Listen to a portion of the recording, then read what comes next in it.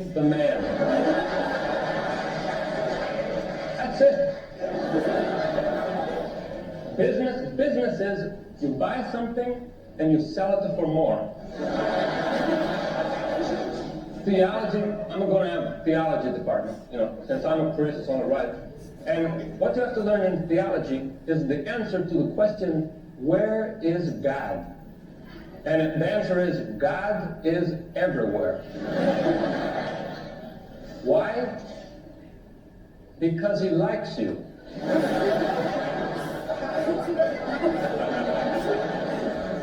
That's kind of a combination of the Disney and Roman Catholic philosophies. It's just a perfect for the late 70s or early 80s, Just a perfect. Well, after the courses are all over, then it's a time for a little Easter vacation. No time to go to Fort Lauderdale, only lasts like 20 seconds.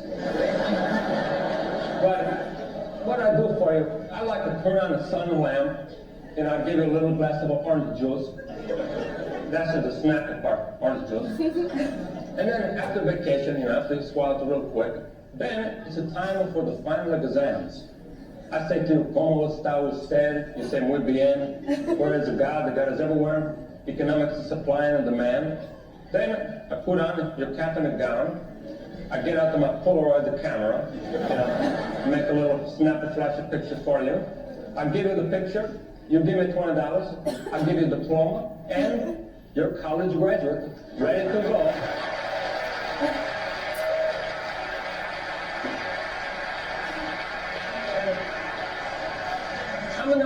I'm not sure, but I'm pretty sure, right next door to the Fine University, I might have opened up a little law school. You got another minute? That's how it is for all freelance and stuff. You're not going into It's that. funny. It's funny because it's not really true. You'll remember other things like, Who's that philosopher that's like, knowledge is everything? well, maybe not. Pardon? Who's that philosopher that, says knowledge is everything? Is it Aristotle or something? Plato?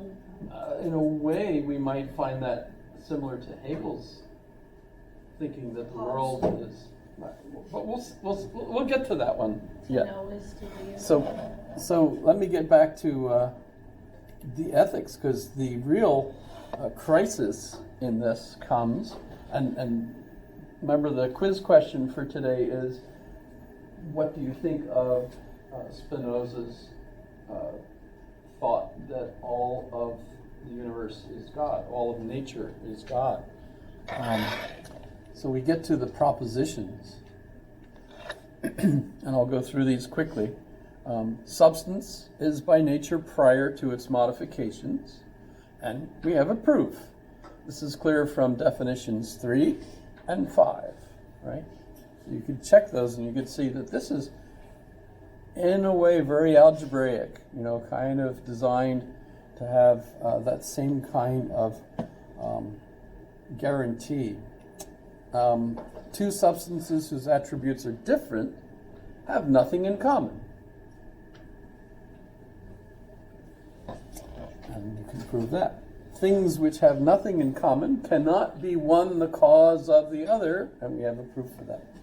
By the way, QED is an abbreviation for quod erat demonstrandum, which means which was to be proved, right? So when you say something to someone and you want to be snobbish about it, you kind of lean your head back, and it works really well if you're taller than the other person. And you look down your nose and you say QED, with kind of a Bostonian accent. That works really well. Well, maybe not that Boston. The Cambridge. I should have said Cambridge. So, proposition 4.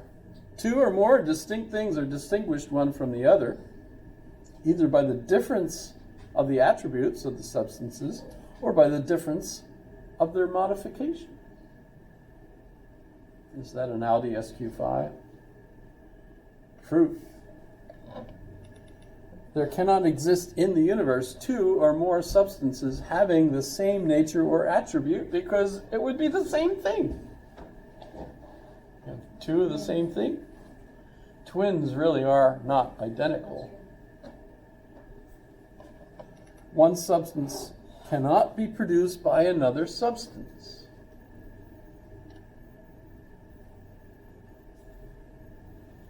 Not by these definitions, right? Existence belongs to the nature of substances.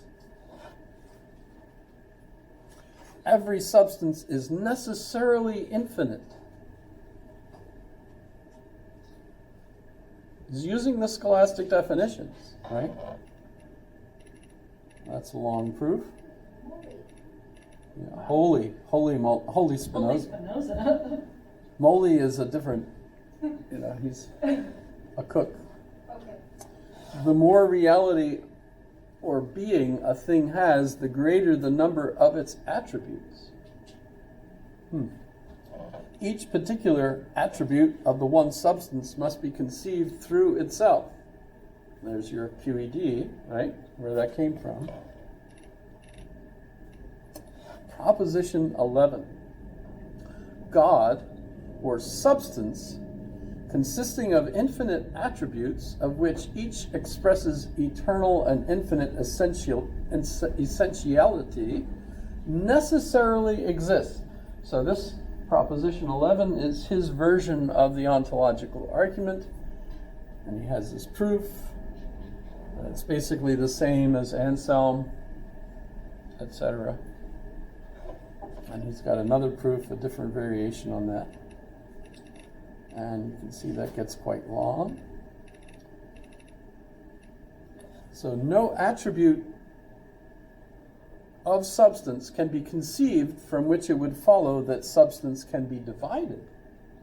Because of the definition that the scholastics give to substance, this actually follows. Totally different than what they would have led to. Proposition 13, substance absolutely infinite is indivisible. You can't divide it up by that definition. And so therefore, and here you go, Proposition 15, besides God, no substance can be granted or conceived. If we follow that scholastic definition, God is that in which nothing greater can be thought, it logically ends up leading to the proposition that that's all there is. Because if anything else existed, it would contradict that. So there you go. This is pantheism, right? Only God exists. Think of the kind of problems that you might get into here. Whatsoever is in God, and without God, nothing can be or be conceived. By the way, if you're thinking, oh, this is just too weird, well, think about it. If we're talking about the universe, we're all part of the universe. You can't think of anything as being not part of the universe. We're all part of it, right? So that works with the concept of universe that way, right? I would think. Some assert that God, like a man, consists of body and mind and is susceptible of passions. How far such persons have strayed from the truth is sufficiently evident from what has been said. Think about, God's not an emotional person, basically, right? And so on. That's pretty much what I wanted to make sure you saw, though. And it keeps going. And by the way, the ethics continues on to talk about our minds. Remember, humans have two modes, our mental mode and our physical mode. And Descartes had this. And Descartes is a mind-body dualist. Spinoza is also a mind-body dualist. But the interesting thing for Spinoza is, while Descartes said that the pineal gland is the source where the mind and the body interact with one another, and you get that little homunculus sitting in the driver's seat, problem. Spinoza gives us this argument: they do not interact. There is no interaction. You can't have it. For the same reason that so many people find Descartes as an error here, right? But instead, they parallel one another. So, for example, when you were sipping your soda, I'm assuming that you didn't buy it that way, you bought a full one, and you sipped it, and that means that you don't have your wisdom teeth just recently taken out, as we discussed, right? Yeah.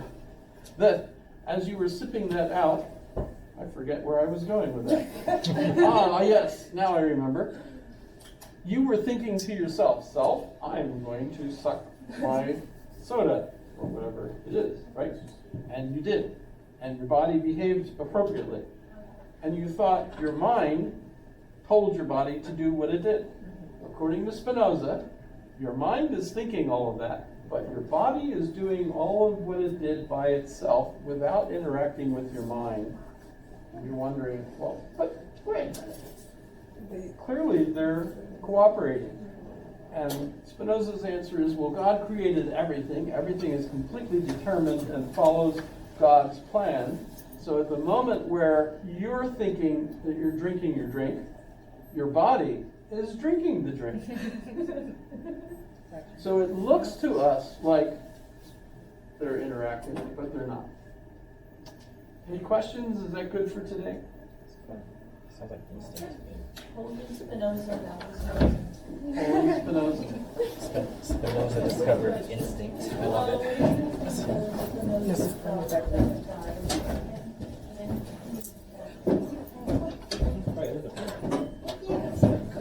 Thank you for coming. I hope you enjoyed it. And you'll remember Guido Sarducci. They're coming out with like a Guido Spider-Man style version Sarducci. of like Ninja Turtles. That's his. Drop it. I don't know if that's his real name. That's his guide as a Roman Catholic priest. He really wasn't. He was just acting that way. Oh. So sorry.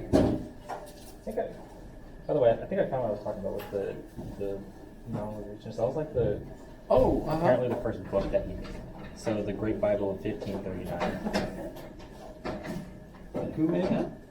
It was authorized by King Henry VIII of England to be read aloud in the church services in the Church of England. So I think that's like the first. I'm not familiar with that iteration of one. it. I'm not familiar with that. Yeah. So Pretty interesting. yeah, I studied that one. That was like really cool. Like if you see in the corner here, just to like exercise his will, he like kind of put like a little chamber, like a prison, like just to like sort of imply that if you spoke against him, he just like immediately put you to death. And he just included that on his first Bible. Yeah. My way or the highway. Exactly. As you should. Yeah. And you have a question? Oh, yeah. All right, so I have, is there Zarif. Is there what? Zarifa? Yeah. I'll get it. It might take me 5 years, but So I'm having some issues with my email address. oh, Yeah, so nothing has been sent out for some weeks. you can still send it out if you figured out how to do it. No, I was wondering if I can use my other email address because Sure. IT is currently working on it, so it's saying that it's No problem. sent, so I just hit, I don't even check which email address. The only thing where that will come up is at the end of the semester, when remember I say I download all your emails and put them on my flash drive and weigh it. It's a joke. But I do actually go to your email. I'll plug in your email to see, to remind myself of your inputs and stuff. And if you've got more than one email address, you might want to remind me that you use two different ones. Okay, so it's like 3 weeks of work hasn't been sent out, So just resend it, catch up. and the test, the first exam, so I have to just resend that through the other email. Uh-huh. Alright, so that's okay. Yeah, no problem. Okay, And alright. it's not late, Okay. because I still give you full credit Okay. for it. Also, Yeah, right? the only real late issue would be if, like, the semester ended, Mm-hmm. I put in grades, and then you send me something, and I'm like, oh, sorry, Okay. that's too late, because I'm not gonna have access to change Yeah. the grade. you know. Also, the last quiz question about Dr. Mayurn. Can you spell that for me, please? Because I'm not familiar with Well, the easiest way would be to go, So I was watching the YouTube video, but I couldn't. Europe's physician